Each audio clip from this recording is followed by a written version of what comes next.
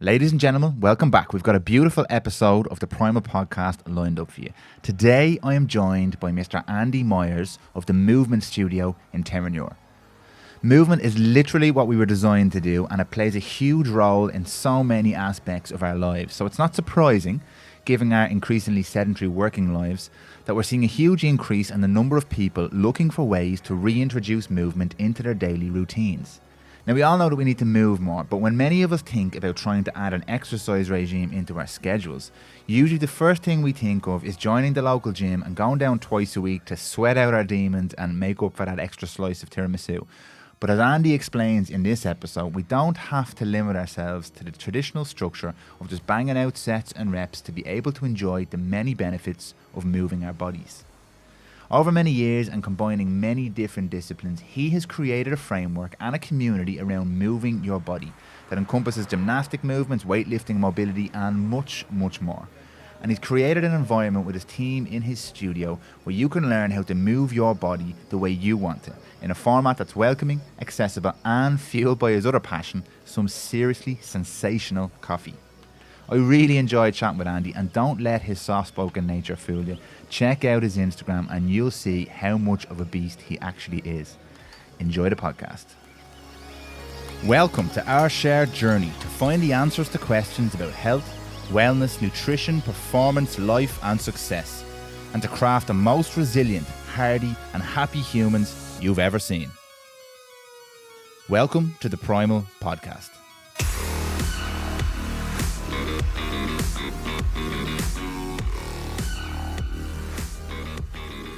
Mr. Andy Myers. How are you? Welcome to the Prymal podcast. Thanks for having me. Thanks very much for coming.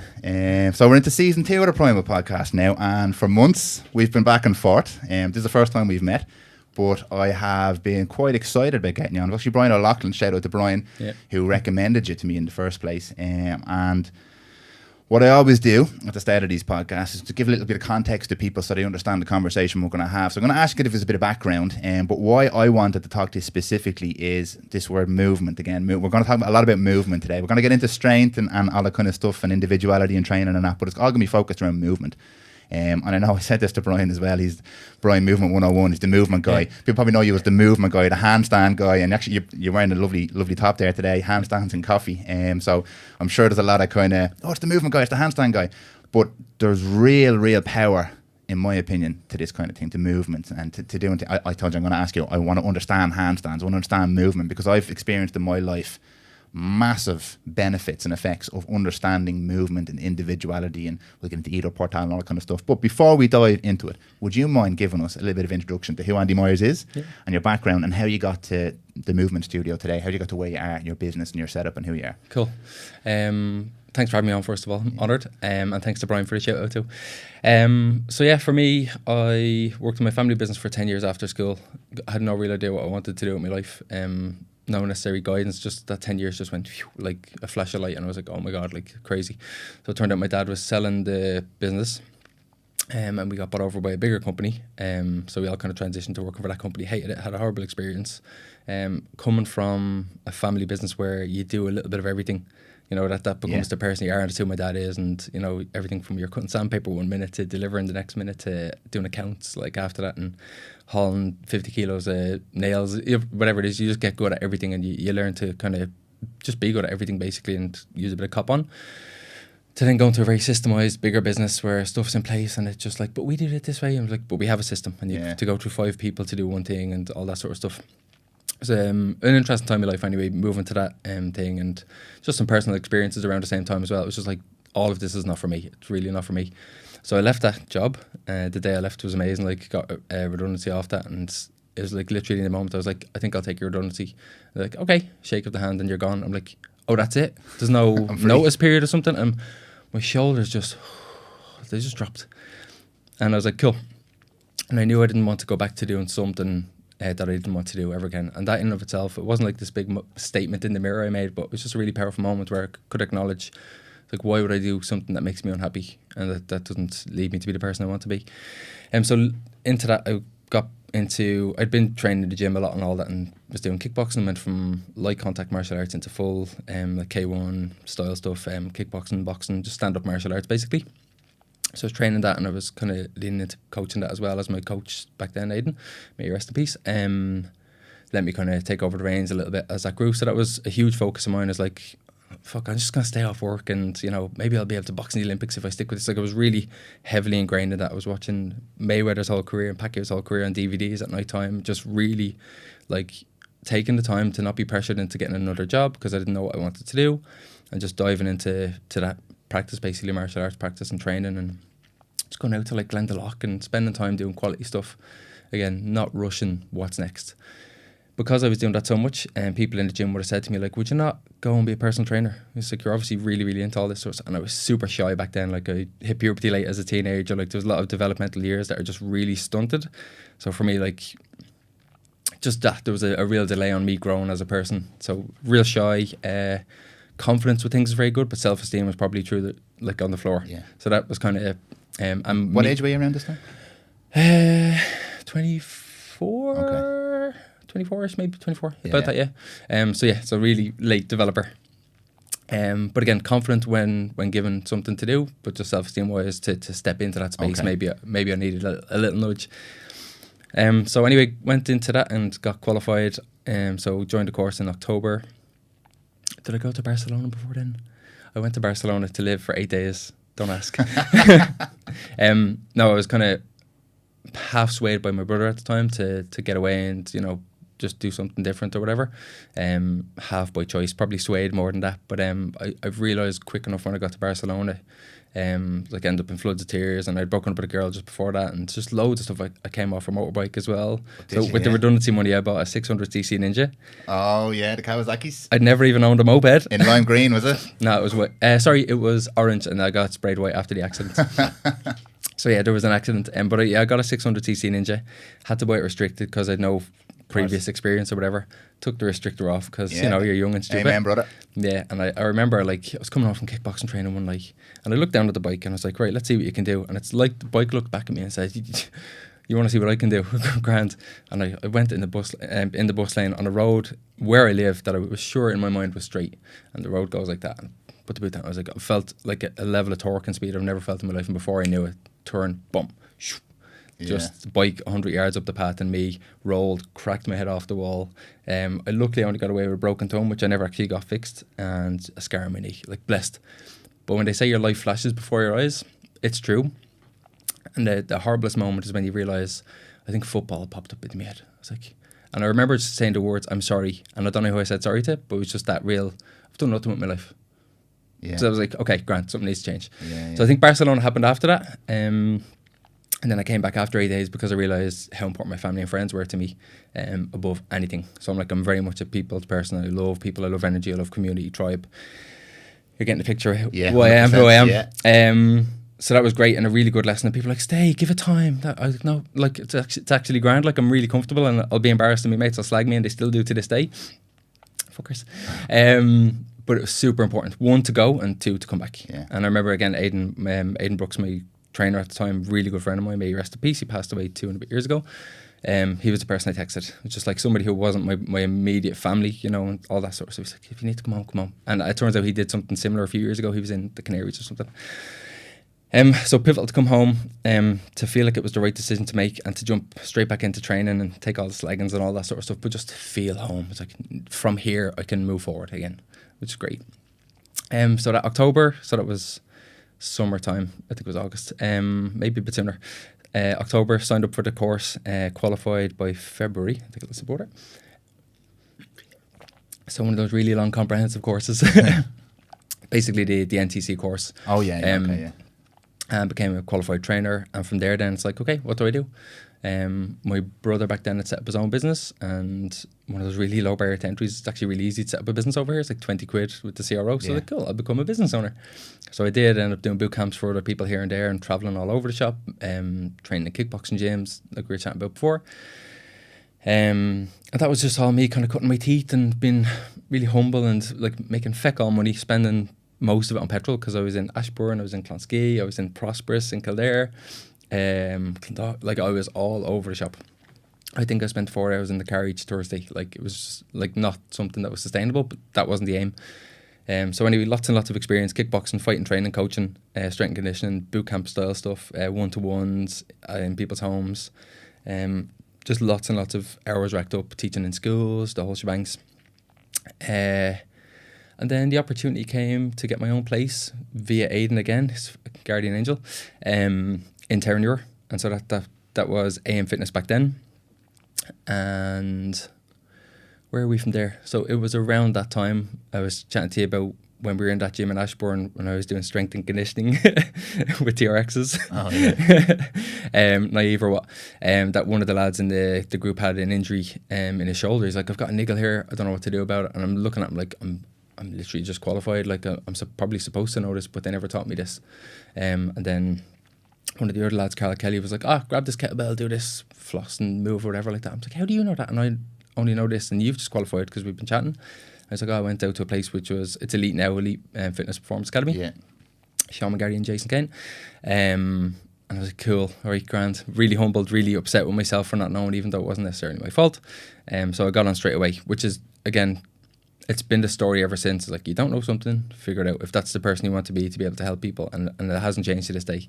Like, I'll spend the last €50 on my account to go and do that thing if that thing makes sense. So I went out, and when I met Sean, he's like, yeah, next course coming up is Tony Riddle and Ben Metter are coming for the fundamentals of human movement. It's like, don't know what it is, but I like the sound of it. And like, Sean could sell anything anyway. So he's like, yeah, come on. Like, you basically sold from the moment you say hello to him. So that was coming super quick, like 2 or 3 weeks later. Got to meet Tony Riddle, who's now the natural lifestylist on Instagram, and Ben Metter, who's Ben Metter, Ben Metter Coaching. And like, going from that thing of like, I learned like bench press and dumbbell curls Sets and all this in college, sets and reps. School, yeah.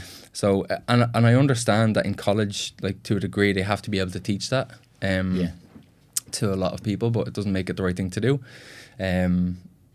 Which obviously left me feeling kind of shortchanged a little bit, because you're out there preaching to people, I'm fully qualified trainer, woo, what can I help you with? It's like, apparently not much. So when I met Tony and Ben, we were like parkour, we were talking about the boxing, timing and rhythm and stance and move and keeping your head off the centre line and locomotion, just did all of the fundamentals based around like Erwin Lacour's moving that stuff, a lot of the parkour stuff. Tony was a running coach back then as well, so he was focusing on the pose method of running. He had been to Dr. Lieberman, who was a biomechanist specialist and all that, so he's done the whole shebangs. I'm like, oh my God, movement. We've broken out of the sets and reps box and we're actually looking at people and how they're supposed to move. It was the tip of the iceberg, like looking at it now, but back then it just blew my whole world open. What a long intro, by the way. No, this is what the people are here for. In that then, so at the end of the weekend, Ben was chatting and stuff, and I really connected with the lads, like I loved them. And Ben was saying, like, you've got Coach Summer here with gymnastic bodies, if you want to research stuff when you leave, because I was just like, give me more. And he's like, there's a dude called Ido Portal. That's my best impersonation of Ben. And I was like, how do I spell it? Cool. A couple of other things, and I went home that night, and like I was saying to you, I googled Ido Portal, like on YouTube or whatever. Yeah. I was like, I saw the self-dominance video, and I was like, oh my God. Like, it was just, again, just on top of that weekend already, when I was just freshly blown open and absorbing everything, I was like, what's this? Like, it's just unreal. It's expression. Like, it's an expression of fitness. It's an expression of strength. It's just expression. Yeah. And that's missing when it's like sets and reps and all that. And coming from the gym background where I was in a commercial gym where the kickboxing room was attached to, bodybuilders, mirrors everywhere, people not talking, headphones on in the gym, on the treadmill and stuff. And for somebody who needed connection, like I'd go to the gym looking back now because I was lonely. Like, that was my parents got me the present to go to the gym because I just had no, again, like, late developer. Yeah. I fell out with a couple of my friends before then as well, and stubborn old me, I was like, fuck them. Like, so you ended up isolated, yeah. So I ended up quite isolated. So again, it became a large part of my story then. I was like, right, people are important. So going from that gym where it's just, and there's nothing wrong with bicep curls and there's nothing wrong with bodybuilding, and like I'm so over even referencing that as potentially being a negative. But when you can tie stuff into the bigger picture of people, movement, biopsychosocial stuff, which I'm sure we can chat a bit more, and I know Dahio Quinn was talking about just the bigger picture. The bigger picture. Like, don't be in front of the mirror doing shit when you're not serving like your social needs or, whatever it may be. Yeah. Stop hiding behind the barbell. People can hide behind being busy. Just, trying to bring out the person a bit more. So a huge impact on what made me realise, okay, that's not fulfilling that. I see we have connection, we've touch here. So like a lot of games and interplay with each other and stuff like that, and just learn how to manipulate someone else's body and they're doing you, and you know, you get that fluid sense of strength where you can kind of harmonize with somebody, and 100%. you know, immortal games, as Ida would say, you know, stuff like that. So just even that, like getting the hair standing up on my neck now, just thinking about it, because touch is so important. Like, it's just so important. So yeah, discovering that, based off the foundation I have, and just realizing, okay, I'm getting somewhere. I know what this is. My soul just really attached to it. And then where did that put us? So we're in Terenure in the gym, AM Fitness, and I'm still doing boot camps elsewhere. And Tony Riddle actually said at the time, was like, now that you've got a place, mate, you put your energy in there. Really bad impersonation. But just put your energy into that place. And it was a scary thing to do, to let go of what little money I was earning, to then think, I have to try and grow something here. Yeah. No business experience, no nothing, all the passion in the world. Essentially not a clue what I was doing, but just the trust and belief that, like, we can figure this out. So ever since then, it's like literally from day one, it's been a very personal project, personal journey, growing myself via all the members in the studio. So getting to know other people, being very open to learn about other people, because I would have missed that when I was isolated from my friends and stuff, like, you know, just missing different personality types and having very little life experience because of it. So growing a tribe, and it's so reciprocal. I always say to people, like, if you're a member here or people who've been here for a while, I'm like, I get 3 times what you think you get out of me or this place. Like, I'm getting so much from you, it's unbelievable. I've got a place I can turn up to any day of the week, and I'm taking in all of the energy that's happening here. So it's such a reciprocal thing. So that personal project was me developing as a person, developing as a coach, as a friend, learning my trade or my craft. To this day, it still hasn't changed. Like, you know, it's as things evolved, and everything else in between that, I'm sure, as the stories will kind of get to. They'll come out, yeah. And that has brought you to today, which is the Movement Studio now, which is what it's called now.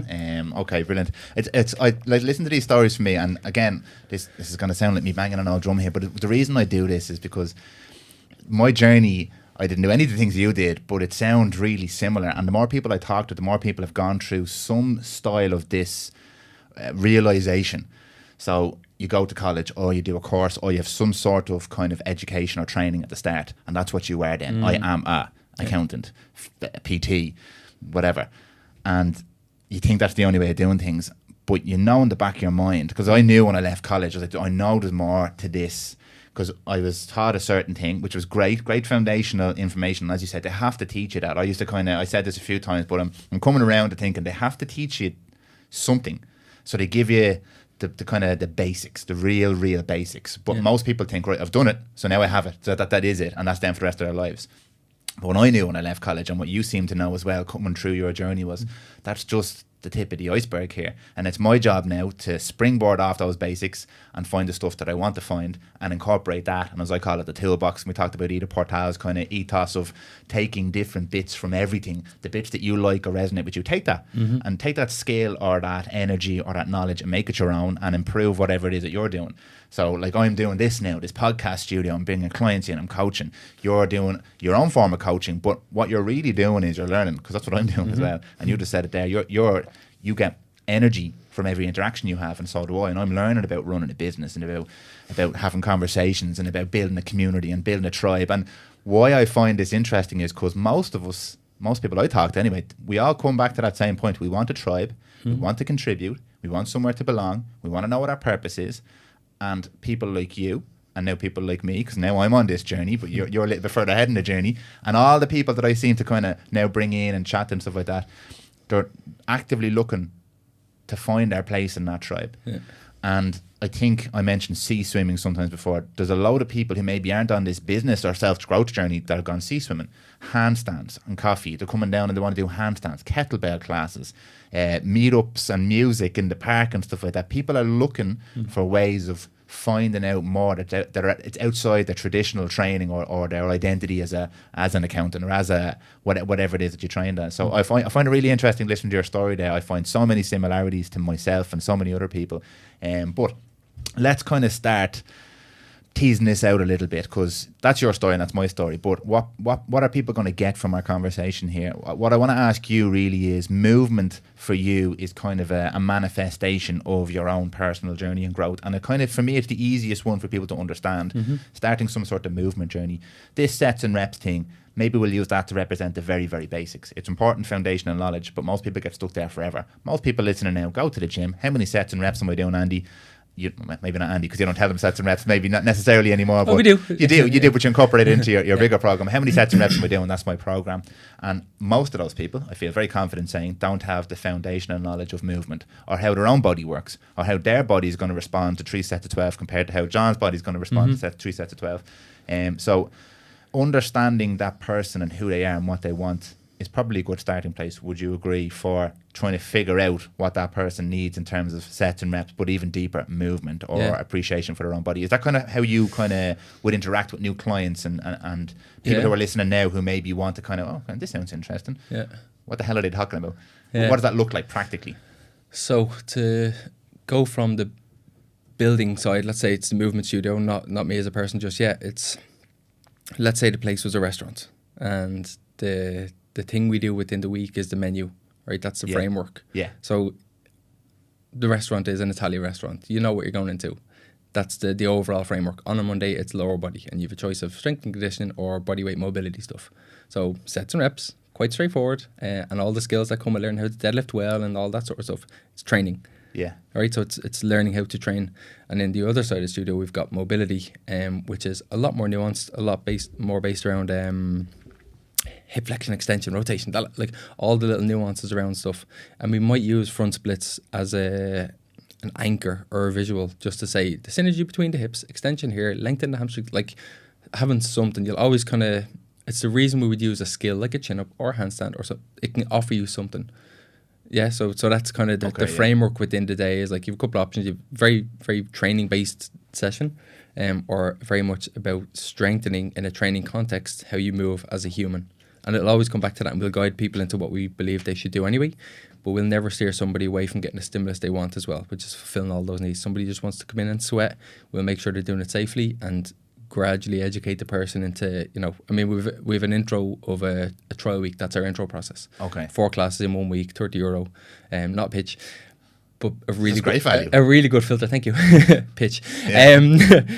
A really good intro for us. Takes out sales, because I hate sales. Yeah. Been through all the ad copyright and all the, the fitness industry is horrible for all that stuff. It's horrible. And we'll get back to kind of ethics and principles, or what we do, how we do what we do.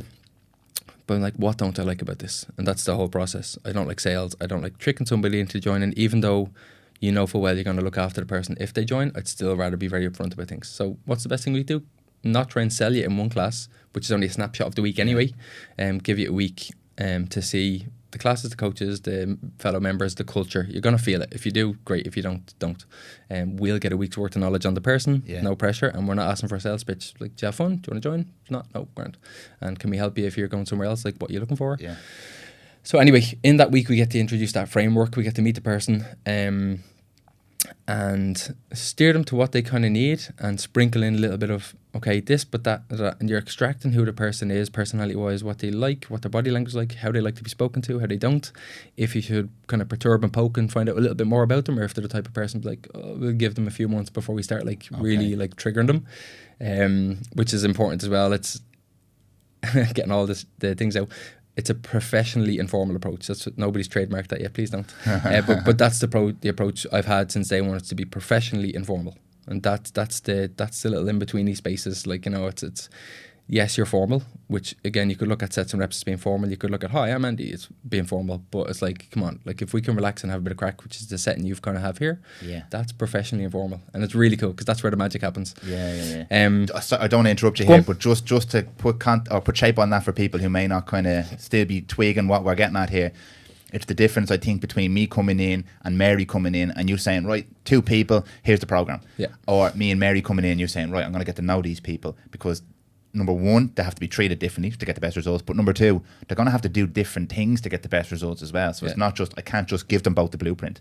So for me, that's what I'm getting from that. And I think that's what I just wanted to make sure people understand. Yeah, sorry. No, that's not your fault, because I was processing this stuff as well. But for me, that's the big takeaway with all of this stuff is it's not just you're going to be sound, but you're still going to give me and Mary the same stuff. It's, most of the stuff is going to be fairly similar because we're all human beings, but there really are nuances when it comes to especially training, things like training and nutrition and stuff like that. Something that works for me just won't work for Mary. I just won't like doing something, which means I won't do it, which means I won't improve, and Mary will. So I love that approach, and it's kind of what I saw as soon as I logged onto your socials. That's what I felt straight away. I was like, this guy's talking to me, not just everybody. But sorry, I didn't want to cut you off there. I just wanted to. No, great, because I'll go on a ramble anyway. So, but you know yourself, like we'll write pull on a Wednesday for upper body and push. Because in that, it's like, I'm not going to tell you to do a chin up, and it doesn't have to be this way or that way or that way. It's like, what do you need? So, there's like there could be loads of variations, but let's say there's 8 primary variations of pull in the family, from a ring row horizontal to, all the way up to chin ups and scap pulls and all that sort of stuff. So if in principle, and this is where we're talking about frameworks, it's a big restaurant, that's the framework. It's lower body day, that's the framework. And we're doing single leg stuff, that's the framework for that. Yes. Who's the person? What do you need? Right? So if it's a chin up, it's like, okay, have you got scap control, grip endurance? Can you do 8 to 12 reps? Or have you got a background of training where I can just see you do your chin up and show me what's happening? Yeah. So that's every single spectrum. All our coaches are just geared to be like, you're coaching in this section. Yes. It's chin ups every second minute on the minute for 10 minutes. It's not set, like it's sets and reps for them, but Mary might do 5, Johnny might do 2, whatever. You're coaching. Okay, so the art of coaching is always, always, always present. And we don't let it get in the way of a good sweat and a good workout, because the work always comes first. But the eye is always on the person, because you know yourself, like the variability between, let's just say me versus you. Me having no sleep last night versus you. Me going through a shit time versus you. Me having the best day of my life versus, like, who I am changes day to day. Anyway, who you so you come in and it's like, okay, well I did like 5 reps at this and it was like 5-second negatives. It still may not be the case the next week after. So within that, we're educating people because they have to take a responsibility and creating a sense of autonomy around them understanding their own body in the context of movement, but in the context of training. It's like, if people aren't taking ownership, we're not like, we don't want people in just to be like, tell me what to do and I'll go home. Like, we don't get to know you like that. You don't get to know us like that. But it doesn't work. Longevity wise, we're all about sustainability and longevity. So you want the person to get that sense of achievement themselves. And all the best coaches, like Kirsty, one of the coaches in our gym, has become a life coach, and it's such a term, like, but when you talk to her, and I've got business coaching from she's Pole Girl on Instagram, I think it's 4 hours. Catherine, Catherine White, she's amazing.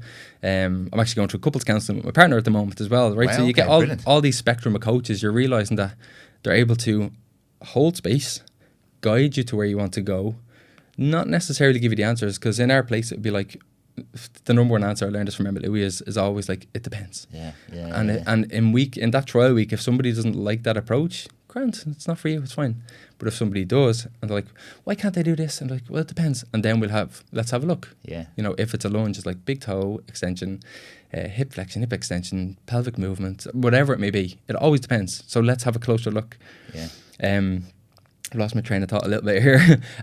Coaching. So the art of coaching, like that is just fundamental for me. And that's kind of where we're at. So frameworks. That phrase, it depends. I love that you said that, because I was actually going to say it if you hadn't said it, because that, like, with the functional medicine stuff that I used to do in the clinic, and I talk about a lot of people. Most people say the same thing when I ask them, like, well, what about like nutrition? And it depends. And I used to hate that phrase, because just give me the answer. I just want the answer now. But then I realised that's just what we all want nowadays. We want the easy answer, want the pill. What I saw want the pill was people coming in who weren't well, who just wanted the doctor to take care of them. And to be absolutely fair to the doctors, their knowledge is amazing, but there's absolutely no way in 10 minutes that I can learn enough about you to give you something that's going to make you better. Exactly. Because realistically, it's your lifestyle. Nowadays, most of our illnesses are lifestyles. Nowadays, most of our movement issue is lifestyle based. I would probably say. So it depends on who you are, what you do, what you eat. Like you said, did you sleep well? What's your did you fall off a motorbike that you shouldn't have been on 10 years ago? Like there's so many things that make up each individual person that doesn't make up the person beside them. It totally depends. But people hate that. So like, sometimes when you're listening to a podcast like this, when you said it depends, then I'm sure someone, fuck, I thought he was going to give me the answer there. There is no answer. It does depend, But the lovely thing about that is once you embrace that and start to explore that, it's work. It's hard work. Like from a training point of view, again, this is a nice way to illustrate it. It is hard work if you can't do the splits to do the splits. It's time and effort and consistency and training and coaching and understanding, and you're going to have setbacks and you're going to have good days and bad. So that's one thing. It's hard to do the splits. I can't give you the answer. I'll do it for 5 minutes every day and you're going to do a split. Yeah. It doesn't work like that. So I love that phrase, it depends. It really, really... it resonates with me now, and I used to hate it. And I know there's a lot of people now maybe listening to this that probably hate that term. Oh, it depends. Like, they want a black and white answer. But like, think about that for a minute. It depends. It does depend. Depends on you. And when you kind of absorb that and accept that, you kind of look at this. It's scary in one way. You have so much potential, but like, that's really positive. Yeah. It's terrifying to think about how much potential you have and you haven't met it yet, but that's a positive thing. It means you can go anywhere. You can do the splits if I want to do the splits. Speaking of specific skills, handstands. Yeah. So there's a lot of people on that. Maybe now it's an Instagram thing. We see a lot of people doing the handstand on the beach and doing the handstand on the rock and doing the handstand on the mountain or whatever like that. But what is it about handstands? Because I want to do a handstand, and I'm always trying to do handstands, and people are like, what's your man doing? Like down in training, sometimes I try and do a handstand. The lads are like, what the fuck is he doing? Yeah. It seems you see kids doing handstands. There's a draw. Why do people want to do handstands? Yeah. Why do I want to do handstands? Can you answer me that question? Primal. It's primal. If kids are doing it like instinctively, it's a really good sign. I know. Even Fighting Monkey, looking at them, they're like, the people to learn from are really, really young kids and really, really old people. Young kids have no filter. Like they've nothing kind of tarring their experience or anything like that. They're just being human. What do they do? They eat, sleep, and move. Yeah, exactly. Right. They play, they interact, they're curious, they're all that. So it's a really good way to anchor yourself. And then old people have been there, seen it, done it all. Yeah, they're not going to give you the Atkins diet. They're not going to tell you 3 sets of 10 or whatever it may be. Like, really, really useful to listen to that. So with handstands, I owe a really dear friend of mine, Phil Taylor. I owe him a lot of credit for a lot of the stuff you're talking about, Ido, kind of, which basically was Bruce Lee's Jeet Kune Do of like, take what's useful, discard what's useless. Phil actually gave me Bruce Lee's book back in the day, and we've done a lot of like grip training and specific Bruce Lee stuff and all that. And Phil actually got me to handstands, and he's 6'4". He's a sight to behold when he does a handstand. But a dear friend of mine, he was actually my start in that. And then we'd throw ourselves upside down in the studio outside the commercial gym we were in. Like, it'd be quiet very often, whatever, and we'd be throwing ourselves upside down. And I was like, I actually really enjoyed this. And then we both went to Copenhagen. He didn't go to the course, but I went to do Ido Portal's course there as well. Oh, you've done Ido Portal's? Yeah, so I was there 7 years ago, maybe, something like that. Like, yeah, so that was, and again, it was really interesting because Tony Riddle, and I don't think Ben was there at the time. A couple of people from Ireland came anyway, and Tony Riddle was over there. So we all learned that stuff at the same time. It was really, really cool. Again, a real good paradigm shift. But I learned the line for handstands, and once I learned that, I got my 60-second handstand within like a month or so, if even. Like, I was like, oh, there's a process to this. Like, you don't just throw yourself up. So I love it. It's playful, but for us on a deeper level, which hopefully will resonate with you as well, you can almost tell more when a person's upside down about their overhead range, how they can move dynamically and in stillness and understand their own body and their relationship with gravity and approaching fear. Like, I was like, oh my God, I've never done this before. How am I going to navigate being upside down? And how to bring somebody from like barely being able to hold a plank to gradually having a really good like a system around kind of bringing somebody upside down and getting them to overcome that as well. It just offers so much that, like, handstands of coffee, I came up with that. That's five and a bit years old, I think. Okay. I bought a coffee machine at the last, I don't even know how much money I had. I think the coffee machine, the grinder was 1,800, second hand, a bit beat up. But I got that. I was like, no, like Tim Ferriss had said before, scratch your own itch, because the chances are that somebody else has that itch. So I was like, I love coffee. I was going into 3FE. I love that. So I was going into 3FE like every day, and that was my like really good workspace and all that, real good creative space. Again, lots of time by myself as a sole trader back then, growing a business, hadn't got a clue what I was doing, so I'd go into where there was people, surprise, surprise, and energy and really good coffee and all that. So I was like, I don't want to keep spending money in here anymore. I'm going to buy my own coffee machine, and people will come to me and I'll make coffee for myself, and I'll learn how to pour a latte and whatever.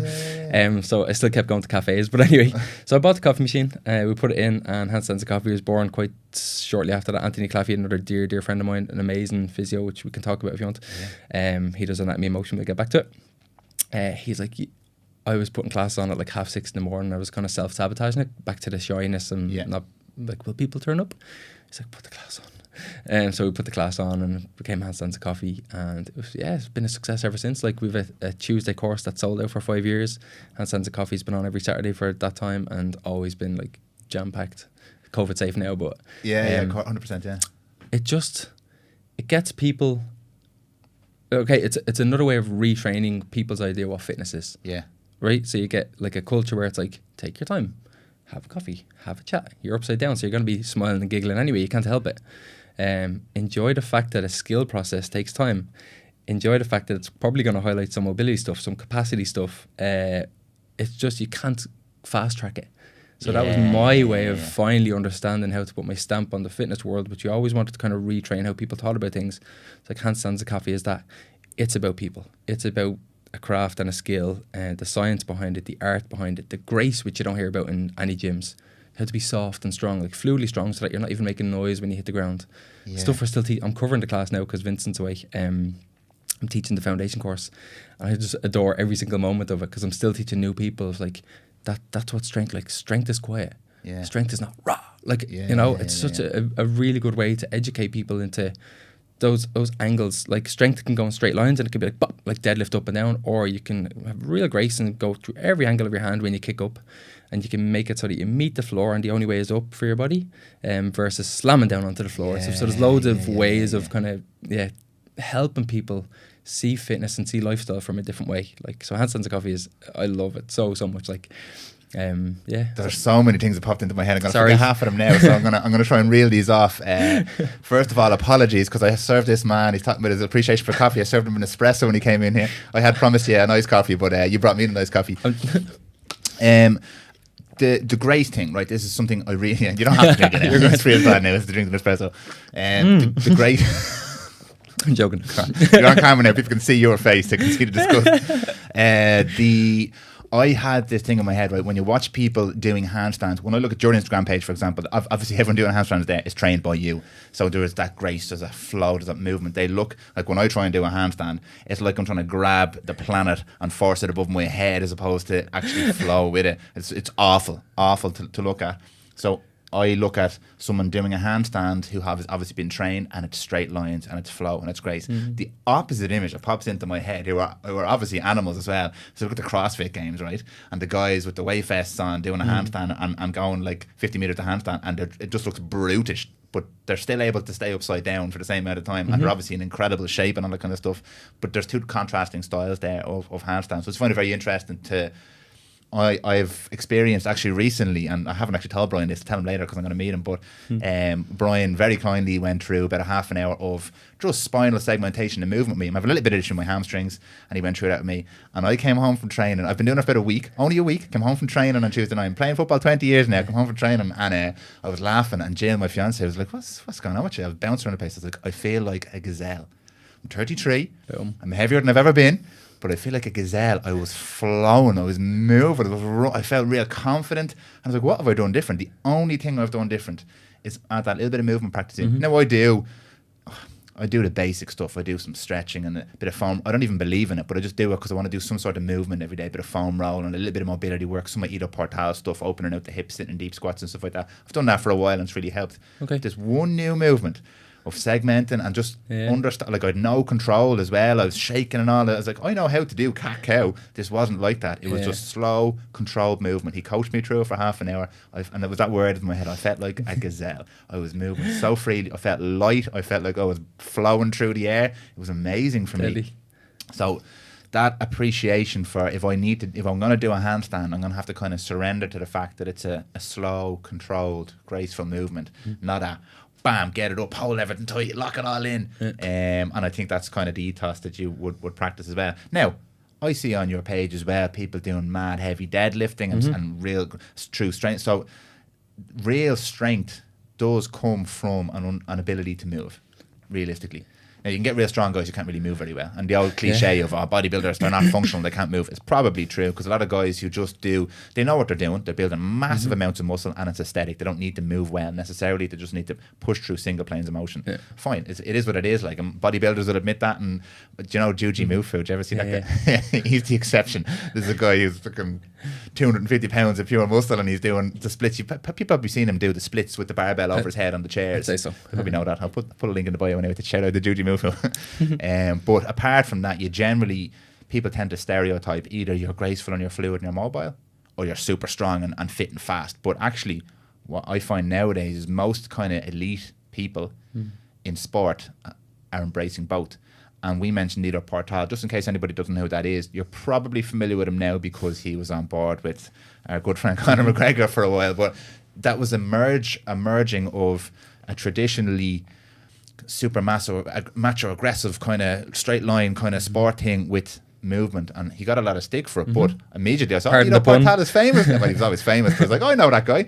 But they were playing with the noodles and they were flowing and standing on wires and catching tennis balls, and he took a lot of kind of fire for it. But that's important. It's important. So many people now have adopted that into their training, have adopted movement. How do you find that? How do you find people responding to that mix of the match? I want to come in and lift heavy weights, and you're going, well, we're going to move first, Dan. And they're like, no, I just want to lift the fucking weights, and we need to learn how to move first. How do you find kind of dealing with that landscape? As I grow up, so I'll be 40 in October. It's 40 in October? Geez, I don't look 40. Thanks, man. I become more mature, and I definitely fought the fight for movement as I was younger, and you risk being too far on one side of things. So anyway, my point being, as you grow up and you mature, it's very important not to demonize any one thing. Very important not to get caught in the dogma. And the thing about movement is like, don't get caught in dogma either, would say, but people get caught in a movement dogma. Yeah. And they're like, this is shit, this is whatever. Everything else is shit, yeah. You know, you could say people who go out running every day and like, oh, look at their form, it's horrible. And people who only do yoga and don't do chin-ups or whatever, like it's a really good quote. I was studying kind of Gabor Mate stuff a while ago. Do you know Gabor Mate? Amazing. And he was referenced, Dahi came up with Dahi actually on your podcast with him, and he was saying the functionality, and I'm not giving advice here, but the way Gabor Mate phrased it, because he works with addicts and trauma a lot and stuff, and he was like, talking to a person who's become a drug addict or whatever, he's like, well done you found the one thing that is aiding your survival or prolonging your survival so that you can maybe seek help at some stage. Wow. So like, you know, your addiction is the thing that's keeping you alive. And I'll never blame or demonize people's variation of functionality, because it's a really hard word to define. People like functional fitness. What is it? Yeah. Functional fitness is whatever you need in that moment. Yeah. And as you grow and as things change, which they do every day, life is just a constant state of flux, movement. It's all the stuff coming back into the same kind of principle. It's like, how could you give out somebody who's in their bedroom getting a six-pack when they're 16 years old? Who gives a shit if it's functionally? The person's probably interested in getting a girlfriend or a boyfriend, or bicep curls. Person's probably lonely in the gym or has seen somebody else do it. Person doing a handstand. Person doing whatever looks functional could be the most unfunctional thing. Like, you know, what's functional? Someone on a Bosu ball spinning around. Maybe it is. Maybe the person just craves attention on Instagram. So, you know, very important as I mature to not judge an individual person, demonize a thing, more so look of like, well, one, who is the person, why are they doing it, and then think, what's the good in that? And if they're looking for something, they've opened the door to being guided. Like we're saying, a coach will hold space and guide you towards that. But if they don't ask for it and they're happy, go ahead. Or if they're not happy but they're still not asking for it, it's functional for them. Do you know what I mean? We don't force anything on anybody. We really don't. Yeah. But we are who we are. And so when you come into our space, you can expect it. You'll feel it straight away. You'll see it within like one class or two. You'll know what the vibe is. It's social. There's laughter. There's always work. But we don't sacrifice either for, you know, the other one or whatever. And we have the framework, which is human movement layered with training, because they're both very different things. And we're not too far one way, because you can't. You'd have to be in a clinic setting to go into the details. I mentioned Anthony Claffey, dear friend of mine, amazing movement-based physio who practices anatomy and motion. I don't know if you've heard of that. I have heard of anatomy and motion, yeah. Amazing, like just astounding. And it's basically literally anatomy and motion. So you're not looking at a cadaver lying down and thinking, if I electrically stimulate the bicep, the arm moves. It's actually, well, the joint moves, the muscles move around it. How could you control all of the muscles involved here? Yeah. So what can we do? We can create space in joints. So that's like, it goes really, really deep if you think about the complexity of our feet. You know, each foot and all that sort of stuff. Yeah. But if you look at pronation and supination, you've got two ends of the spectrum of movement. If the person can't do one, then they're living off center.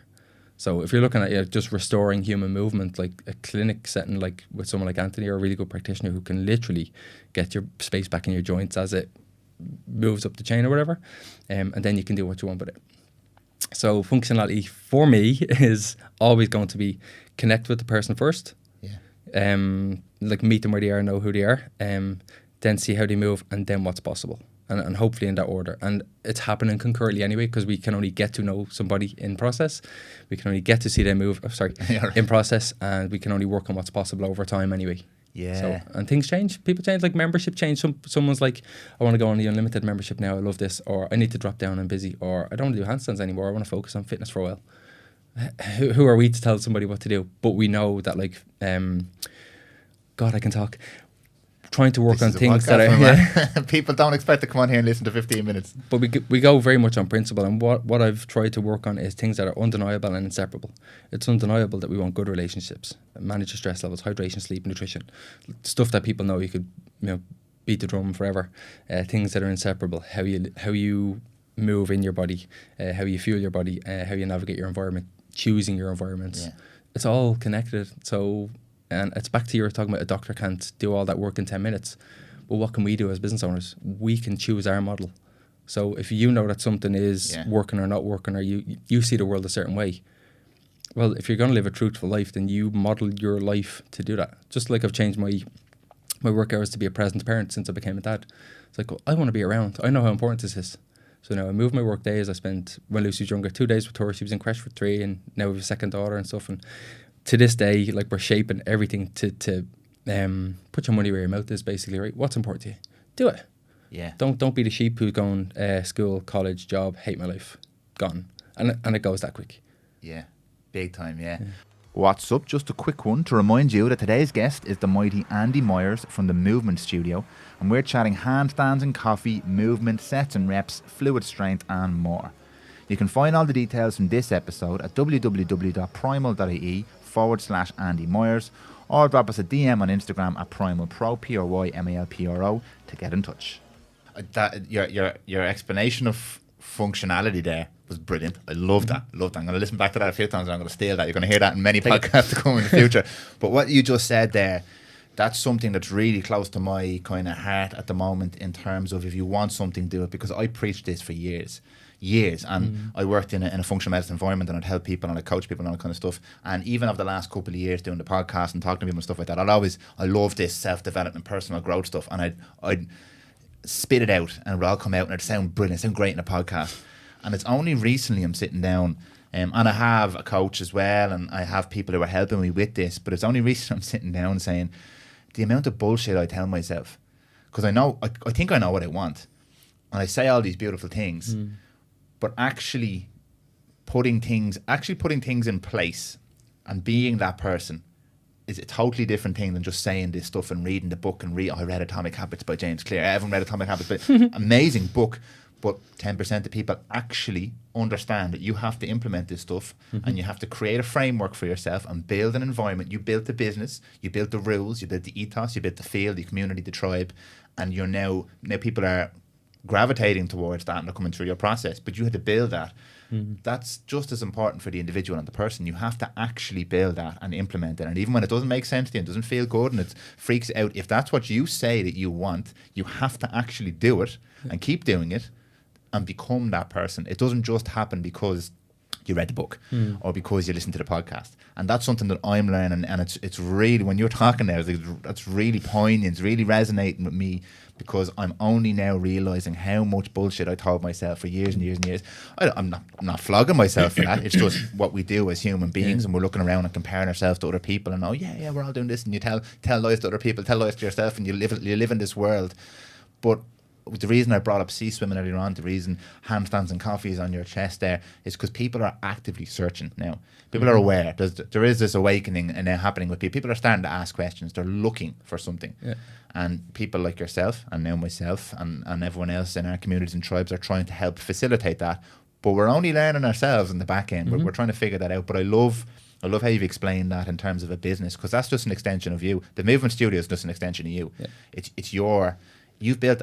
We're sitting in this room, right? This studio here. I built this because I thought it was cool and I wanted to sit in it. That was the kind of the first thought. It was a little bit selfish. I was like, I want to sit here and have good conversations, and that naturally grew into, well, maybe other people want to do this as well. And I run other people's podcasts now, and then they say the same things. But it's an extension of me. This room is, because I want this growth. But it's taken until really recently to realise You have to actually do it. Just like I said with the splits, or if you're trying to get your first chin up, or if you're trying to do a handstand. Like, again, great example for me. I've been talking, I want to do a handstand for years. Why can't I do a handstand? Because I haven't actually done the work or sought out somebody who could show me the steps and then implemented that myself. So that explanation is really, really powerful there. So I love that. I love that environment that you're creating for people. Brilliant. Do you experience when people come into you? Do you obviously get to know them very well? The type of people you probably see people from all walks of life, or is it one certain type of person? No, very diverse membership. It's important. Has that changed over the last decade in terms of the type of? Now, I know you haven't been maybe in the space that you're in right now for the last decade, but have you seen people's attitudes change? The type of people who are coming to you, what they're looking for. Have you seen people more open to certain guidance and coaching than before?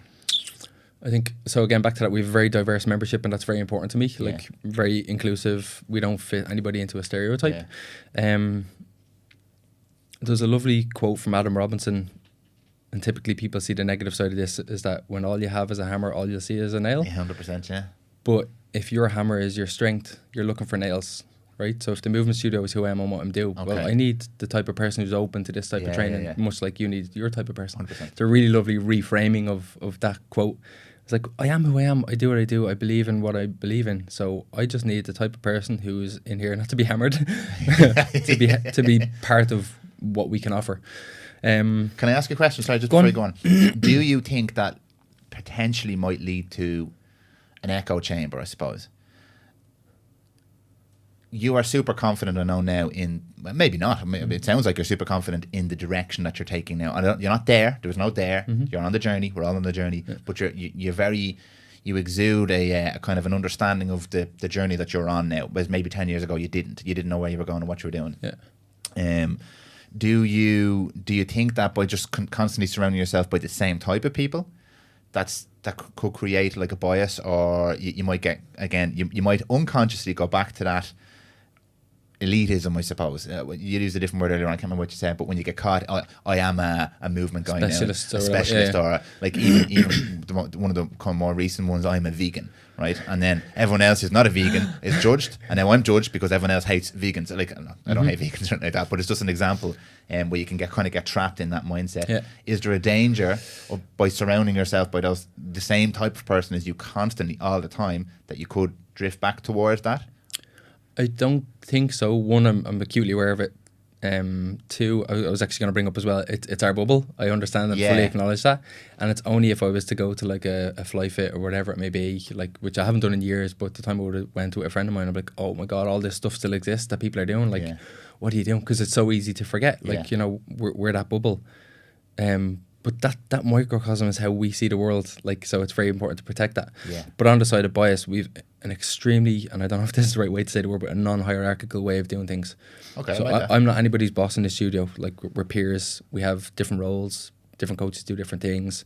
I lean on them. They lean on me, as in lean into each other, not rely on each other.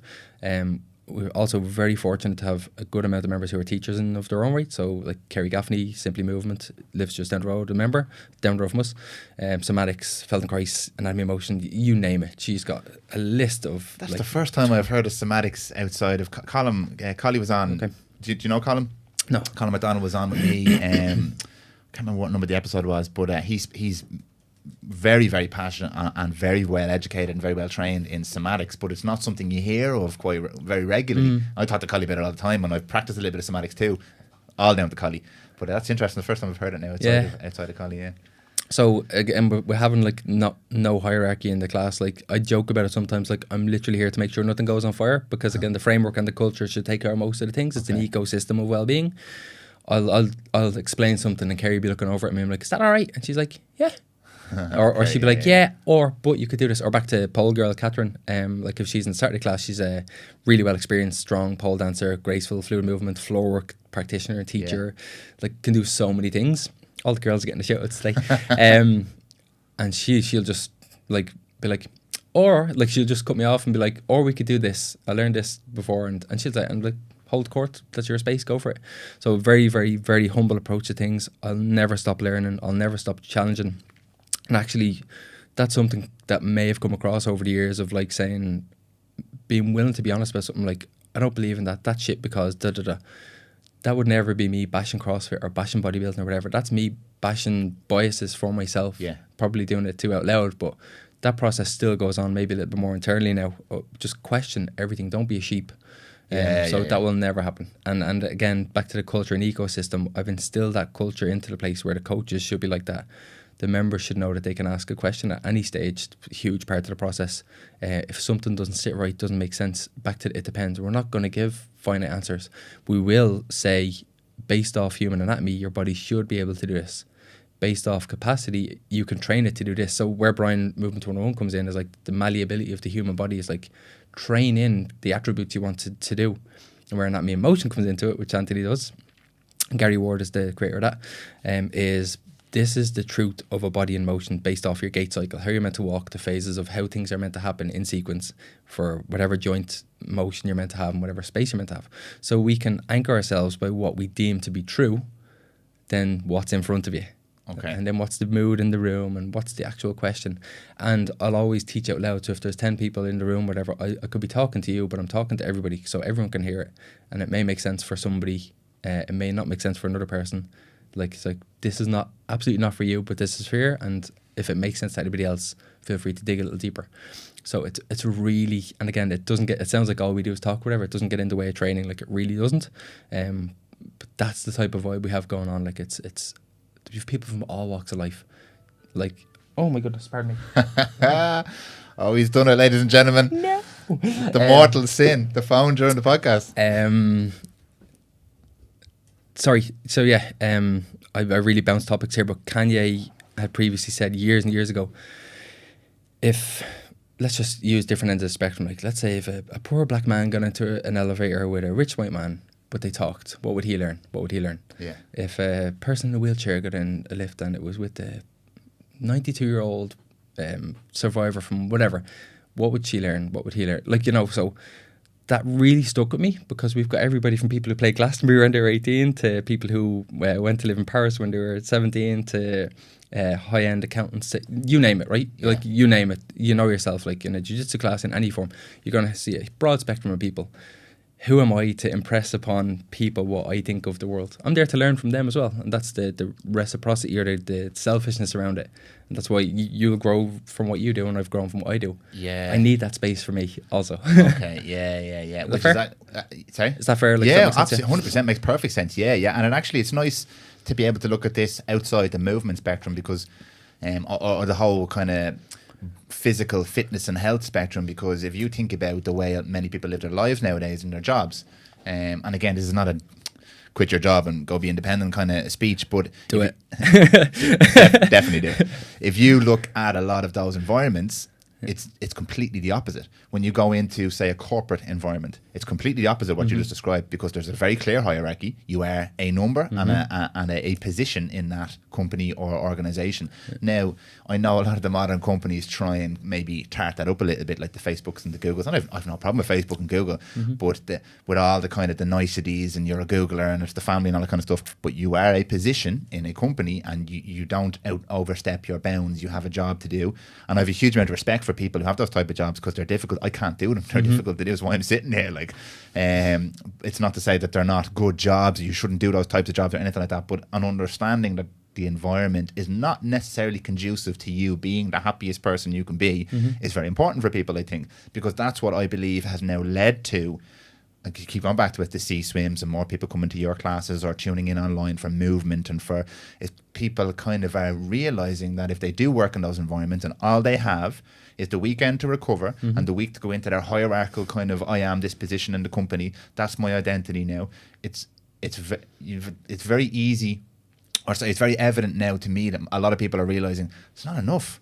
I'm not feeling good here, or there is, and I'm careful how I use the phrase mental health because it's such a broad spectrum of stuff, but there's a lot of people not feeling good at the moment. COVID aside, that didn't help, definitely, but there's a lot of people, even the last 5 years leading up to that, I worked with these people coming into the clinic all the time. It was a big part of what we did, was helping people who weren't feeling good, and there didn't necessarily seem to be anything wrong with their lives. Good jobs, family, people who cared about them, and routines and all that kind of stuff. but there was a hole there, something missing, and it started spirals with some people, and people don't feel good, and then there's all sorts of mental health issues and stuff like that, and it's everywhere nowadays. Most people struggle a lot of the time, which is normal, by the way. It's normal to struggle, but more than what I would think we should be struggling, given that we live in an amazing world with everything that we could possibly want around us compared to the last 500 years. So that environment, I think, listening to you explain the movement studio there, and that environment where it's everybody learns and it's a community and there's not necessarily a hierarchy, we're all learning off each other and we're all moving towards a similar purpose here. We all want to move better and feel better and live longer and all that kind of stuff, is in stark contrast to me to the way a huge percentage of people live their lives now if they don't have something like your classes or your courses. Because that routine of I am in the system every single day and that is who I am is not good for a human being, I don't think. We're designed to be in tribes, yes. We're designed to work together, yes. There is a hierarchy naturally that evolves with this kind of stuff, yes, obviously. But I think something like this, and this is what's lovely about what you do, is because even if I do work in a corporate environment and I work for Facebook, or I am an accountant, or I am any one of these jobs that you're kind of in that kind of more rigid structure, I can still come 4 times a week to your class and satisfy a little bit more of that personal development and growth. And maybe that'll spark me to make other changes in my life. But I kind of always say it, physical health and movement and fitness is a really, really, not easy, but it's a simple place for people to start. If people listen and go, yeah, I don't feel good. I have a job. I don't hate my job. But I don't feel good. Where can I start? What can I do? And they're not really into the journaling and the therapies and the personal. They're not there yet. They're not ready or open for that yet. Something like a movement class is such a great place to start because, number one, who you're surrounded by, other people who are doing the same thing, people like yourself who are leading this and facilitating this, and something's bound to rub off there. And number two, you're moving better, and immediately you're going to feel better because we know the direct link between, if you move well, you physically feel amazing all the time. I was a gazelle the other day, and I don't feel bad most of the time, but I moved well, and I felt amazing because I was moving better. And there's obviously a link that tells me, right, your body's moving good, you're doing good, pal. Doesn't matter what else is going on. If you're moving well, you're doing well. Yeah. So I think something like that is such a nice place for people to start if they're listening and they're like, yeah, I kind of don't feel great, but like I'm not quitting my job. I don't want to start a business or anything like that. I don't want to do any of these meditation or journaling things. Move. Yeah. Bit of movement. Even if you don't go and join a class, bit of movement. Follow Andy on Instagram and just learn how to do so, because it's infectious. What happens all of a sudden is you kind of get addicted to moving and feeling good, and that can grow into anything. So I really like that. Something I wanted to ask you about, your thoughts on longevity in terms of the importance of, as you said it there, moving well and being strong and physically fit and healthy, and longevity. Because there isn't necessarily, something I've mentioned before is, when people think about healthy, oh, that guy's real healthy, they think of traditionally the marathon runner or even the bodybuilder, because they're looking at someone and it's physical perfection, quote unquote, that they're looking at. Oh, that person's in great shape, they must be really healthy. And I know for a fact, because I worked with many of these people, and you probably did as well over the years, it's actually in most cases it's not specifically a rule, but in most cases anyone who's achieving the elite of endurance or physical, pushing their body to physical limits, they're actually not that healthy. They're incredibly fit, but they're not that healthy. So do you have a longevity kind of tint or feel or part of your programming or your ethos? Is that kind of part of the whole very point? Much so. Yeah. Again, back to shaping the fitness industry the way we want. Like, we hate the bullshit, emotionally blackmailing ad copy of 6 week shred, 8 week shred, that like constant just perpetuating that cycle. So stop it. So for us, if you look at anybody who's performing extremes, what's the cost on the other side of it? So somebody who's a successful businessman or businesswoman working 14 hours a day. Okay, well, where's the time with your partner, with your kids, with your whatever? Where's your time for movement? Someone who's a bodybuilder, okay, do you have cardio capacity and whatever it may be? And again, these are choices, not demonising. The marathon runner. That I was just going to say, 100%. Yeah. So the other thing is stages of life. Like, again, you bounce off a motorbike when you're in your 20s. You bounce and get a little bit injured when you're in your 30s, late 30s to 40s. Like, I'm not bouncing. Yeah. So, again, not to impress on 20-year-olds, they don't stay. They're flaky. They don't need the stuff we're doing. 30-year-olds, yes. 40-year-olds, yes. 50, late 50s, yes. Strength, mobility, capacity, understanding your body. It's a thing you can't deny.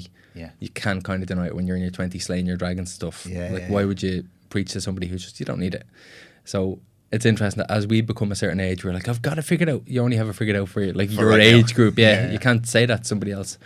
And it's an interesting kind of existential thing of like, I can't actually change the cycle of life and what people are going to go through. And as my daughter grows up and whatever it may be, we're all going to live life. And you want a life where you've got bumps and bruises in your 20s and heartbreak and like all that stuff. That's life.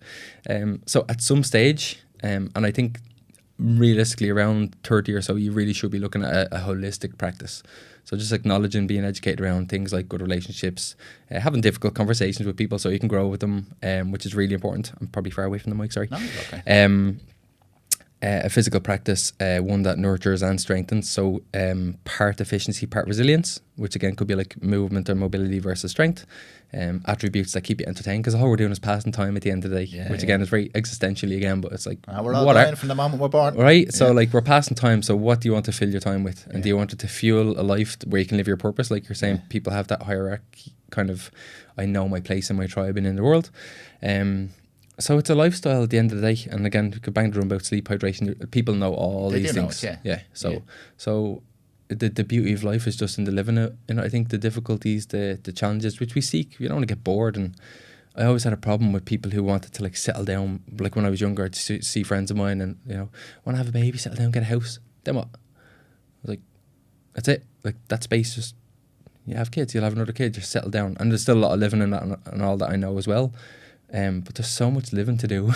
And life would either happen to you or happen for you, depending on if you make your choices, carve your path, and meet whatever obstacles come in the way or whatever opportunities, versus stuff just happening to you, because life's going to happen anyway. So longevity is just choosing your lifestyle, choosing your, even if it was like in this day, I work, I train, and I know what kind of stimulus I'm getting. It's all lifestyle and just acknowledging the things that actually matter. Yeah. Look, people can do whatever they want.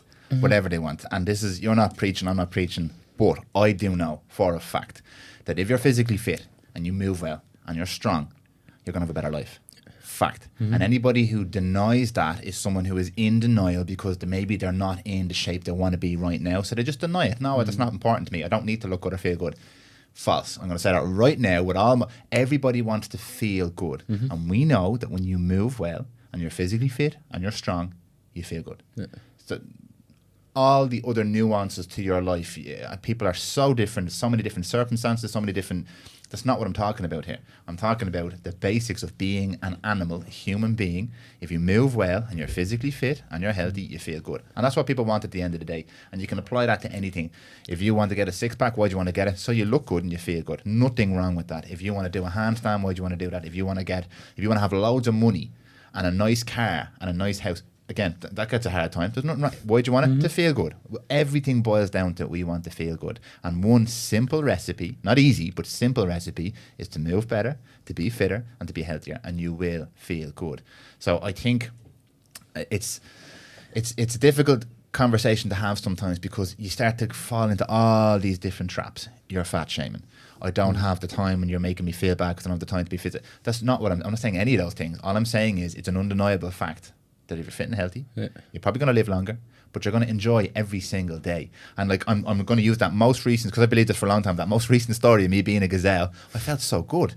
I enjoyed the training session. I don't necessarily enjoy training all the time. If I'm not feeling good, everything's achy and painy. I'm 33. I have a few niggly injuries. You're always playing sore. But on Tuesday or Thursday, whatever that was, that didn't matter because I felt really good. I moved well. I felt good. I felt good afterwards. Everything about it, I felt good. Now, with loads of stuff going on in my life, but that helped me feel better. So it's definitely, in terms of when I think about longevity, I don't want to live forever, but I want every day as much as possible to be a good day. Now, every day is not going to be a good day, but if I have a practice like a movement practice or something that makes me fit and healthy, I know that more days are going to be slightly better than slightly worse. And the more I do, and the more I find things, maybe for me it's going to handstands and coffee. Maybe for someone else it's doing 3 sets of 12 every day in the gym. Whatever it is that makes you feel good and makes you move better, if it's making you fitter and healthier and move better, the chances are you're going to be a happier person. And I believe that's true for 100% of people. I don't think there's any exceptions to that rule, really, unless you've got some strange illness or some chronic pain or something like that. But even with chronic pain, we don't really understand it that well. And one thing I've seen consistently for 20 years is even people with chronic pain who are told, don't do anything, when they move better, their pain starts to go away a little bit. And when they feel better, their pain starts to go away. And a huge amount of chronic pain is connected to psychosomatic issues with the brain and reinforced patterns and stuff like that, and it starts to go away. So again, I'm struggling to find examples of people who won't do better by moving, but who won't have better lives overall. Doesn't matter what you're trying to achieve in your life. If you move better, you're fitter and you're healthier, you're probably going to feel happier. Yeah. And longevity that's what it means to me. Like. Yeah, and there's also a tipping point there where strong is strong enough. Like what are you getting fit for? Yeah, do mobility for mobility's sake. Like, there's a tipping point there where like, okay, so I'm fit, I'm healthy. Where else can I put my attention in my life as well? Like, or am I just beating strength into the ground because it's my identity and I need to be stronger? That's a good point. There's always those tipping points, like and orbiting yourself around center, which again is like it's an ancient principle obviously, but anatomy motion is talking about if you're operating from center, you've access to like everywhere on the continuum or the spectrum, whatever you want to call it. But those are all choices for each person to make as well. So it's all subjective. Looking good is obviously hugely subjective. Yeah. So you're getting into like trauma, self-esteem, like the whole shebangs and all that. Yeah. But that's important as well. Continual. Yeah. Yeah. I actually spoke to, and I'm gonna bring it up because you mentioned it there. I spoke to Neil O'Keefe. He's a trainer who's local in Malahide here. And he came on, we had a good chat on the podcast, and Neil's business is based around transformations, physical transformations. And I asked him, and he was very, very candid and open about it. He does have a very good understanding of a holistic sense of wellness for his clients, but he also uses the transformation as a sales pitch essentially to get people in the door. And I asked him about it, and he was very honest and open about it. He said, "Yeah, it is a sales pitch because he's trying to stand out in a world where everybody's selling something, and people are attracted to looking good." So he brings them in off the promise that I'm going to help you look better, not like this person or this person, but look better. And we explored it a little bit, and like I'm not a big aesthetic guy, and I used to be a basher of bodybuilders, they can't move well and they can't run and all that. And I've completely stopped that now because sometimes I get those thoughts, like you. I still get those thoughts because I'm in this world now and it's surrounded by people like you and Brian and Rob and Zal movement, and I'm really getting into that, and it's very, very easy to slip into, oh, well, you're not doing this, so maybe you're wrong, or that guy's more muscly than me, but yeah, he probably can't run as fast as me, like that kind of, that kind of stuff. Petty. It's petty, yeah, but it's how the human brain works, but it's comparison syndrome. Yeah. So I spoke to Neil about this, and he explained, but when his clients come in, he has a very holistic approach, and it is really, really client-centered. And he explained it to me, he's like, do you know what? That makes a lot of sense, because I was half in my head, I was like, am I going to bash him on this now about the transformations? But he kind of said, yeah, it's a tool I use, and maybe I'll refine it, and I've changed things I've done over the years. So, and I'm like, oh, never had to say it. I was like, okay, that's fair enough. And then I was like, looking good, there's nothing wrong with looking good, unless you're only trying to look good because other people look good. Yeah. If it's a comparison thing and you have this crippling need to look good and you're sacrificing what you actually want and love, no one has to look good and have a six-pack and have whatever. But if you want to look good because it makes you feel better for yourself, I think that's important. I think it's an important thing to... Now, it's a very small part of the fitness sphere as I see it. I obviously put a lot more weight now in mobility and strength and all that kind of stuff. But looking good is important. No one doesn't want to look good. And anyone who... Again, another one of these absolutes, which I shouldn't really do, but anyone who tells you that they don't want to look good for themselves is probably... not answering that question honestly enough, because everyone wants to feel good about themselves. Now, the danger we have, which I understand is a very grey line, is every time you pick up the phone, there's people on there who look amazing and they got there through whatever. Their lives are completely different and it's unachievable for most of us what they do, and they're full-time athletes or whatever. There's all sorts of stuff going on there. If you only want to look good because this is telling you have to look good, there's a problem there. Obviously, there's an issue there. But I think it's an important part of the whole equation. Yeah, and movement training shouldn't ignore that. So again, for me, because I don't do nutrition coaching, like we have other coaches there who handle it and stuff. Coffee is the extent of your nutrition training. Really good coffee art. We should not neglect that person's want to look good or lose some weight or whatever, because any part of anything can be a catalyst for everything else. It's like that one domino that makes everything else fall into place. And I probably ignored that for a long time as well, just because I don't like getting into nutrition stuff. Like I said, I'm not leading by example, whatever. Like there's a certain stage I want to switch off and not be that person. I'm not like a role model person. You know your contribution, you know where it is. Yeah. So I'm a person who connect and be honest with people. I don't give advice where I'm not an expert in things. Nutrition, like anything else, it's a deep topic enough, and I haven't got time to go into it. So yeah, again, not to demonize, but also not to ignore any facet, because it's all inseparable and connected from basic like gut health functionality to what's going to come through in your body and be displayed by your body, because your body keeps the score on everything you do. To just that, like, Jesus, if I was 6 kilos lighter, I'd probably get my chin up quicker. Would I not? I'm like, well, yeah, you would actually. So like, again, there's nothing wrong, but it's our job to facilitate what helps the person in the moment, and hopefully educate, just to at least give a sense of probably longevity, or it's an ongoing conversation, I think, which is something we kind of talk about a lot. Yeah, even that chin up, the whole thing is so nuanced. You're going to need to lose 6 kilos to get that chin up. Okay. So what's the conversation now? Do you actually want that chin up? Yeah. Well, then the fact is you have to lose the 6 kilos. But if you don't want the chin up, or you really don't want to lose the 6 kilos, let's not do the chin up. Let's figure out what else you want. But if it's the chin up and you really want that chin up, here's the steps we take to get the chin up. Yeah. So in no part in that conversation is there shame about the 6 kilos. And there shouldn't be. You are the way you are for whatever reason. It doesn't really matter. Yep. You are the way you are right now, and that's absolutely fine. And if you're 20 stone overweight or 5 stone underweight, it's completely irrelevant. You are that person. Own that and be proud of who you are. There was something happened to get you there. Yeah. But that's irrelevant, because now you're here. But that part, I feel, is lost in the conversation with a lot of people. I think any talk around the 6 kilos to get the chin up is shame. There's shame attached to that. There shouldn't be any shame attached to that. I'm gonna come over now and do a class with you, and I'm gonna walk in there and see all these people moving well. And I'm a guy who played golf for 22 years and can barely move or do an adductor stretch. And the first thing in my head, I'm like, oh God, I'm gonna be really embarrassed here because everyone come. But I'm trying to. There should be no shame around that, because right now I am this person. I'm not as flexible as I need to be, and I want to improve, and I'm here. And there should be, oh, brilliant, let's embrace that. And you're going to help me by giving me information. If I feel oppressed by you because you're telling me, well, Dan, you're going to have to do these movements to develop your adductor flexibility. Well, that's kind of a problem with me, really. It's not a problem with you. So I think we need to remove a lot of that. And I'm not saying you specifically, but you've highlighted some of this stuff here. That was an excellent point with the chin up. We have to remove all the stigma around that. Everyone is where they are right now. Forget what happened in the past. Don't forget it. They've all been lessons. It's also interesting. Like, you're not going to walk into our studio and be like, everybody's moving well. We've, again, a broad spectrum of people who are maybe just joined a week before, maybe are there for 5 years, whatever. Yeah. One of the best things I heard, back to Anthony Claffey again, a dear friend of mine, he's like, your body is 100% functional 100% of the time. Your body is the genius, has all the answers to keep you surviving and thriving as much as it can based off whatever happened in your history. Your body gets along with it, and it's subconscious. Yeah. So you can't consciously, like mobility training is quite conscious. Like, I'm trying to increase this, and there's loads of different ways about doing things. And like Brian kind of even popularized all the cars and all that sort of stuff as well.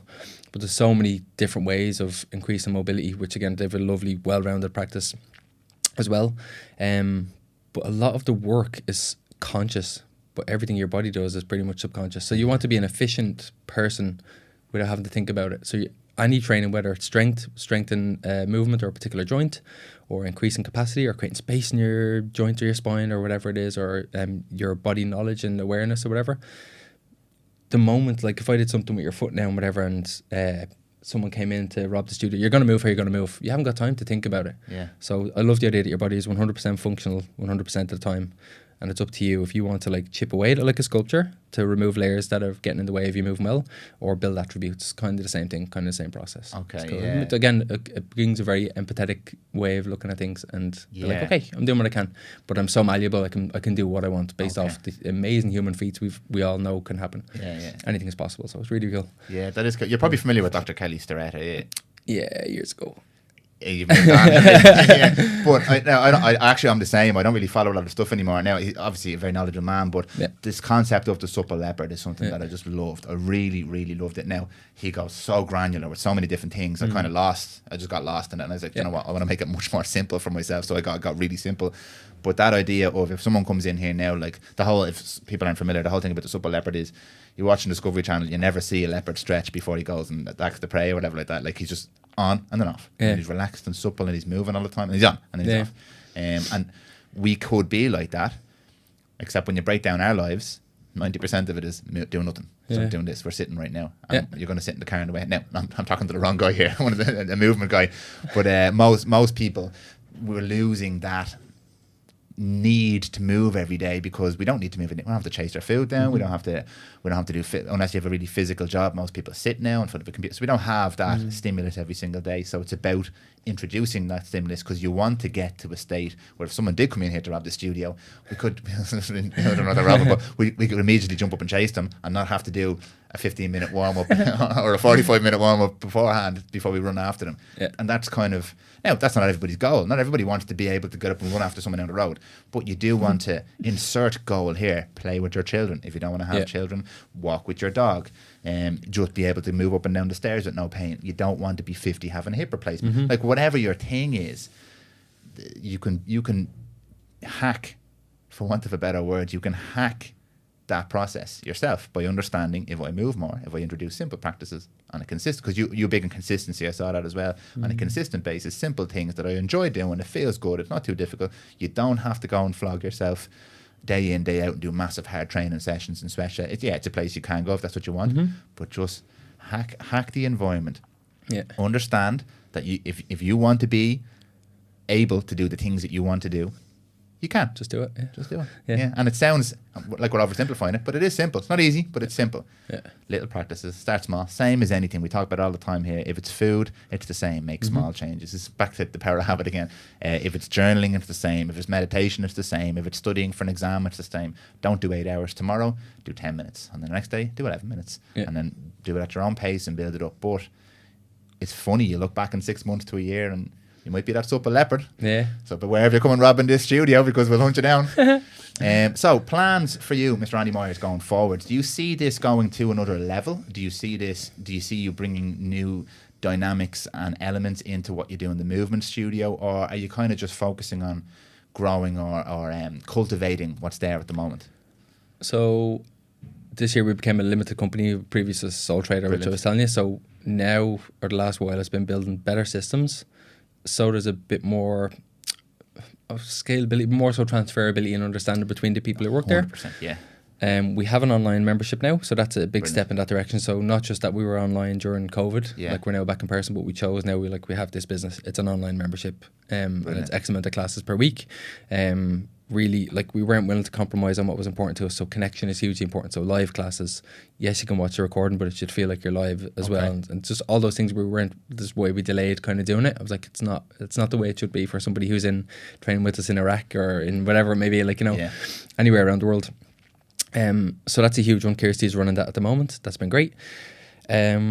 I'm always super aware, I always forget the person's name, but there's this law this person said where when a tribe gets to 150 people... Dunbar's number, yeah. So I see the only way, and for people, if you want to tell people what that is... do you want to explain? Yeah. So basically his theory was when a tribe gets to 150 people, it's when it starts to splinter or things go into factions and separate, basically. I always wanted, one, I never wanted it to happen, and two, the more I look at scaling, because you do want to get your message out to people, and I'm not like, I want to help a million people straight away, because I don't see that as, that would compromise me first, and reduce, it would dilute, not scale, and I don't want to dilute. I want to help more people bit by bit, long game. So how do we grow without separating that number or like reaching that number without it kind of breaking off into factions? I was like, well, maybe we can control the factions. So maybe it's like we have an online thing now. So like there still could be 150 people in the studio. There could be 150 people over there. There are dear friends of mine, Jody Kennedy, opened up a space with Mark Logan called the Universal Space in Dublin City Centre. Okay. We'd love to chat to him. He's amazing. Wow. He's actually a second cousin, and I met him in Handstands and Coffee like 3 years ago. Really weird. He's a diamond, absolute diamond. But I'm like, we really echo what each other person believes in, and he's got strength way different to what I've got. Like, he's gone deep into breath work and very interesting to it and very interested in a lot of things. So he'd go down the rabbit hole with something, whereas I'd be like, give me the 80-20, I'll extract that and I'll put it in, and but he's got his thing. So again, our message of love and care and connection and tribe, that spreads. Yeah. And it's got no financial impact on me, nothing like that, but I'm like, I love it. Great. Different coaches teaching different classes in our space, like they'll have their own little thing and all that sort of stuff. Handstands and Coffee is a brand we're going to be growing as well. It's kind of taken its time during COVID, but that's literally going to be ways for us to spread our message, not directly related to the gym. Okay. That's in the background for the moment. My point being is that's what the future looks like. never, ever, ever to sacrifice the idea that the core would ever splinter. I had a really important thing recently where I was like, and I kind of hinted at the selfishness of building a tribe or whatever like that. So I didn't know if I said it to you, but I always felt like I'd be okay if shit hit the fan. So I remember in Robbie for a coffee 3 weeks ago, just before lockdown, we were chatting. He always makes me cry. He's a dick. But I was saying to him just that, I was like, you know, I always said like I was building a tribe here just so if shit ever hit the fan, I'd be okay and all that. And I looked at him, I was like, fuck, we just got through that year. I was like, yeah, holy shit, it happened. Like, you know, Yeah, I actually It's real. realised in the last, now, make no mistake, we were bending over backwards to provide what I would deem the best service in the world. Like we had 23 classes a week online. We'd anything you could ask for. So if we weren't providing a service, people obviously wouldn't stay. But still, in my heart, I'm like, we got so much support from people who stayed, paying their full membership and all that sort of stuff, based off it being a tribe and being a genuine community, which you can't do with a bullshit sales pitch or you know, a 6-week shred or whatever like that. So to nurture those people and to pay them back forever, which is what we said we do because they supported us during lockdown. And then everything else is a bonus, I think. For like Kirsty and Richie and Keith, who's a business partner of mine, maybe a second premises. But for the right reasons, maybe a third. Over the north side, maybe, yes, for all of us. North side. But like all of those possibilities just kind of, they unveil themselves and we're in no rush. Like, and I'll never, ever compromise my belief in what's important. Okay. So, yeah. Brilliant, that's amazing. And it's just, I don't want to flog this to death, but Dunbar's number, it's a really interesting concept there because essentially Dunbar's number, when the group got too big, you said it there, the message got diluted, the priorities changed, there's different ideas, and the theory was, it was once you got bigger than that, roughly around 150 people, they needed to splinter those people off into a separate tribe to let them do their thing, because otherwise it would get too big for the tribe to be able to sustain itself for many reasons, practical reasons, ideological reasons, all that kind of stuff. But what's interesting nowadays is we can't really do that, because everyone talks about when we were cavemen, we ate paleo diet. We can't be cavemen anymore, even though maybe we'd love to, but we wouldn't really love to, because everything we have nowadays is beautiful, it's amazing, but it comes with its own issues. But what I love about what you're doing, and to a certain degree what I'm doing, and all the people that we're pulling into this community of massive value to offer, is we're accepting and acknowledging the fact that we are now a global community.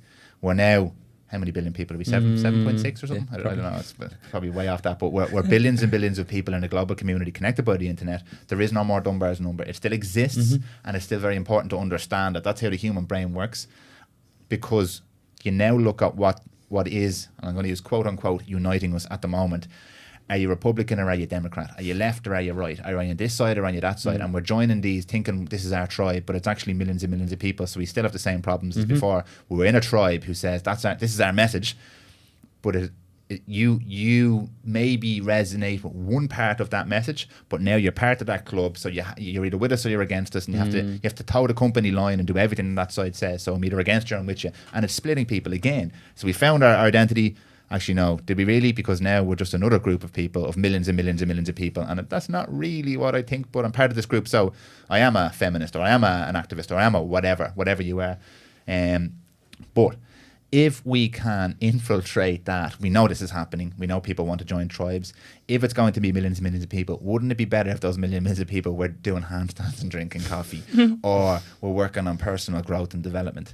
And I mean, this is kind of, and I don't even want to bring up his name because we'll end up doing another hour. But just to try and the point, Jordan Peterson, I don't know if you're familiar with his work. Some of the stuff he says is very powerful. Some of the stuff is I don't resonate so well with. But one of the underlying things is, if a person focuses inward on themselves and their own personal development growth, the chances are we're going to have a lot less fighting out here, because a lot more people have made their bed. And it's a simplification of his message, but it's something I really, really believe in. And if Andy and the Movement Studio and all these people that you've mentioned today are all coaching the same skills of find out what you want, grow yourself, develop, engage with other people, isn't that a much better global tribe than my side or your side, different political beliefs? So Dunbar's number is important to understand. We can't go back to living in groups of 150 people, fortunately or unfortunately. But the type of tribe I would like to live in, if we're going to be a global tribe, is a bunch of people who are all trying to grow personally, who are all doing the inside work, and who are accepting that everybody else is doing the same thing. So we're all just people. You might think something different than I do, and you might say something different than I do, but at the end of the day, we're all people. okay, let's all do this together. I think that would be a much better tribe. And I think that's what you're trying to do.